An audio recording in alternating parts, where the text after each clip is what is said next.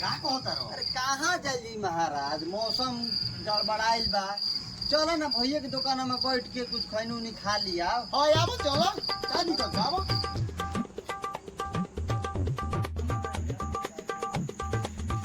प्रणाम। हिलन काका। यार सब ठीक ठाक बानू काका।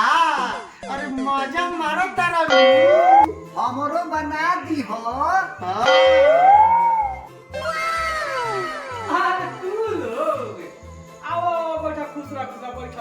अब हो। अरे तो तारा से बहुत ना रहियो करी। रास्ता में भगवती जा। अरे हमार दादा आतना अमीर रहन कि हम का बताई कि कितना अमीर रहन।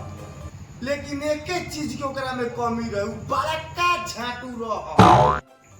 उ अपना लाठी के सुतावत है खाटी पे, आई अपने सुतत है कोनाठी में।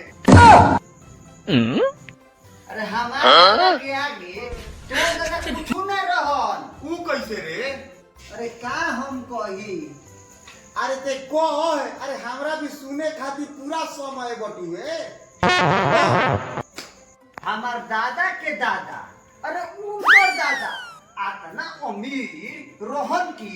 अब बताई भाई, हमार दादा की ये के आदत खराब रहे। काहे कि पान खा लेते रहन, अपन में के थूक देते रहन बिछाना पे, अपने खिड़की पे थूक जाते रहन।